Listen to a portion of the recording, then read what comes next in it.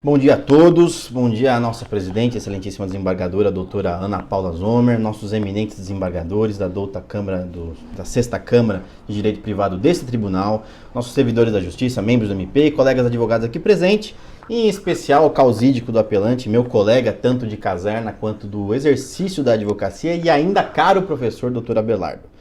Eu prometo ser muito breve, excelências, porque eu realmente acredito que nós explicamos já todos os apontamentos de forma bem detalhada na nossa peça de contrarrazões. Mas eu pretendo focar em algumas alegações que mais se destacaram nas razões de apelação e na erudita sustentação oral do meu colega. Nós vimos que foi alegada de forma incisiva pelo requerido, pelo apelante, a nulidade da sentença, sobre alegações de que falta fundamentação pelo digníssimo juiz Acó. Eu, respeitosamente, ouso discordar do apelante. A sentença ela foi precisa, ela foi extremamente detalhada, ela mencionou de forma bastante abrangente todas as provas que foram colhidas.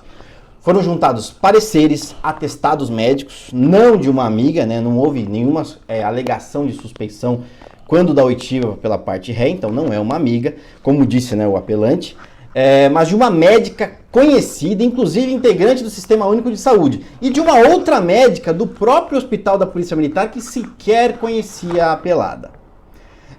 Houve pareceres de psicólogos, prescrições médicas de antidepressivos fortíssimos, um afastamento médico de 10 dias de convalescença médica.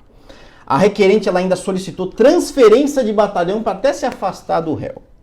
Houve testemunhas, inclusive arroladas pelo próprio requerido, que deixaram bem claro os gritos, que as broncas proferidas por ele em público, perante diversos policiais, eram muito audíveis à distância, mesmo uma das testemunhas estando em outro ambiente de porta fechada, uma porta de ferro. Teve testemunha que mencionou que ela própria se sentiu constrangida pela situação que vivenciou a requerente. Que pelos corredores do batalhão da Polícia Militar, onde eles trabalham, diversos policiais acharam a situação extremamente aviltante e embaraçosa, porém nenhum deles queria se envolver pelos medos de represálias que podem vir a ocorrer por parte do réu, que era comandante militar de todos à época dos fatos. Nós requerimos, excelências, testemunhas que foi ver a requerente lá no hospital, logo após os fatos, e a achou em estado de completa perturbação psicológica, extremamente depressiva, choros intensos, situação esta, inclusive, que se seguiu meses adiante. A própria enfermeira que socorreu a apelada no hospital da Polícia Militar, que não é conhecida da apelada, forneceu os primeiros socorros à vítima e informou no seu testemunho que imaginaram ser até mesmo um princípio de infarto. Enfim, foram diversas provas aí que foram apontadas durante toda a instrução. Por conta disso, eu não vejo nenhum fundamento, a alegação de que não há provas, que não há fundamentação na decisão que condenou o réu. Eu vejo simplesmente um natural e até humano inconformismo da parte sucumbente. Nós vemos que o ato ilícito, o dano e o nexo causal, eles foram inteiramente demonstrados. Chama a atenção também um fato que foi alegado, que a requerente não passou por perícia, não teve laudo. Ora, nós apresentamos dezenas de provas, vários documentos de médicos e psicólogos. Nós, assim como o juiz Acó, nós entendemos os fatos como totalmente demonstrados. O apelante ele poderia ter requerido ao juiz uma perícia se ele assim quisesse, tanto quanto a apelada, mas ele não o fez quando questionado pelo magistrado de primeiro grau quais provas ele desejaria produzir. Logo, precluiu esse direito de qualquer alegação correlata. Uma frase mencionada pelo requerido, eu acho interessante mencionar e ler rapidamente para vossas excelências, diz assim: cama fria e prosa avessa às gentilezas paisanas, palavras duras ditas em tom imperativo e a supremacia dos dogmas da hierarquia e da disciplina e impõem ao superior rígido controle da tropa. Essa frase, ela consta, excelências, tanto na contestação quanto nas razões de apelação do réu. Excelências, há uma diferença muito grande entre ser rígido e ser abusivo, entre usar um tom imperativo e humilhar, menosprezar a moral, a dignidade pessoal de um subordinado, ainda mais de uma mulher. A situação fática, excelência, ela não era num campo de batalha, ela não era sobre fogo inimigo, ela não era no meio de uma manifestação ou num tiroteio, era simplesmente uma policial militar, uma mulher quase próximo da aposentadoria, com mais de 16 anos de vida profissional dedicada só àquele batalhão, que viu que militares de outra organização policial militar chegaram para visitar o seu batalhão e ao ver que eles estavam lá de pé, aguardando a reunião do seu comandante, debaixo de sol, sem ninguém dar atenção para eles, ela foi simplesmente servir um café. E é exatamente isso, ela só foi servir um café. Ela foi ser a anfitriã de seus colegas de farda, que, diga-se de passagem, eles eram da escolta do governador de São Paulo à época. Sem nenhum tato, nenhum cuidado, nenhuma consideração, ela ser, e a palavra é essa, ela ser escorraçada perante mais de uma dezena de militares do ambiente que estava, pois ela simplesmente estava fora da sala que corresponderia à sua sessão, que não fica nem a 30 metros de onde ocorreram os berros. Isso, Excelência, não é uma peculiaridade de caserna, não é uma peculiaridade militar, como diz o requerente. Isso não é rusticidade de caserna. Isso ele é um desrespeito com o seu subordinado, é uma falta de educação com o próximo. Isso é sim um assédio moral que, como provado, gerou dano, não sendo cabível a alegação por parte do apelante de que foi um mero dissabor, aborrecimento ou rusticidade de caserna. Excelências, eu chamo a atenção, nesses 11 dias, hoje 11 de maio, nesses 11 dias do mês de maio, salvo engano meu, mais 3 policiais cometeram suicídio em São Paulo. Os números de policiais militares que tiram a própria vida no âmbito da Polícia Militar do Estado de São Paulo, eles estão epidêmicos. Esse fato ele tem que ser encarado como uma questão de saúde pública. Os nossos policiais eles estão morrendo por fatores internos. O nosso policial ele não está suportando a carga de estresse, a depressão, cobrança e abusos e até perseguições aí que são cometidas no seu lugar de trabalho pelos seus superiores. Nós juntamos, Excelência, nos autos uma análise feita pela própria Secretaria de Segurança Pública, que consta na própria página do site da Secretaria e consta as folhas 10 dos autos desse processo.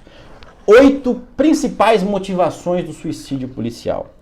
Em ordem, a primeira é o estresse inerente à função policial, seguidos por falta de suporte de serviço de saúde mental, o adoecimento mental e conflitos institucionais. Logo próximo do citado, na reportagem juntada às folhas 9 dos autos, da Folha de São Paulo, uma reportagem de 2019, eles mostram que a cada 10 dias um policial militar em São Paulo comete suicídio.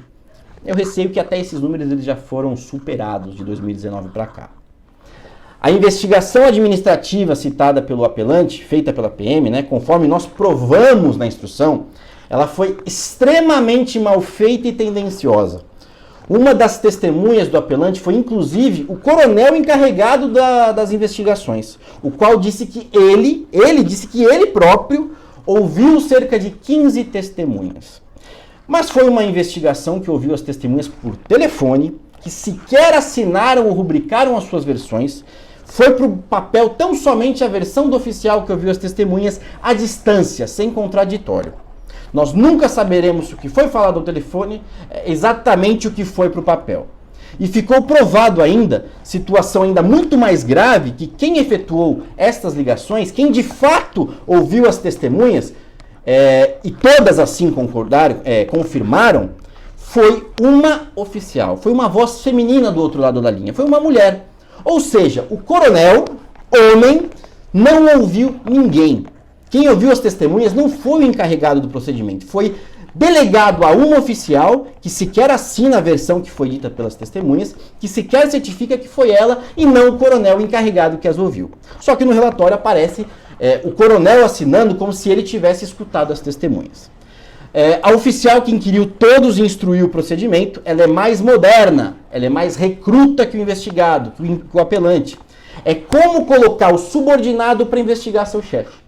Enfim, ficou nítido aí uma investigação mal feita e tendenciosa, por isso o meritíssimo juiz Acó deixou de levar em consideração a investigação administrativa.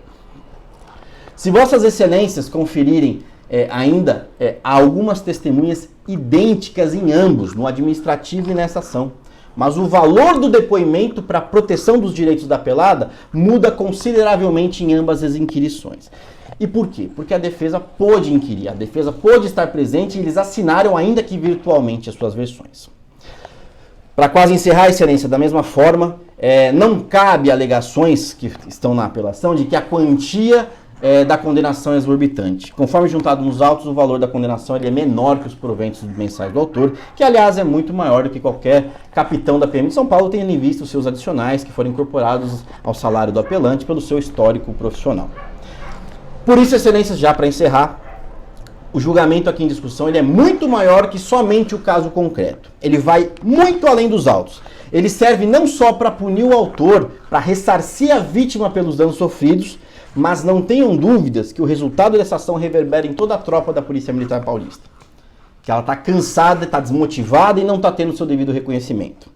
O julgamento aqui também serve de uma prevenção e um estímulo a todo o policial militar de São Paulo, talvez até do país, que mostra que esse é sim um Estado democrático de direito, que se importa também com a dignidade do policial militar e de sua saúde mental, como de qualquer outro cidadão.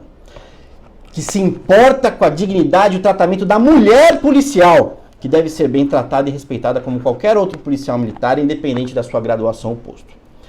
Por essa razão, excelências, para finalizarmos, ratifica-se o pedido da nossa exordial e requer-se o não provimento do recurso de apelação, sendo a decisão mantida nos exatos termos da sentença de primeiro grau. Muito obrigado a todos, Deus os acompanhe e tenham um excelente dia a todos.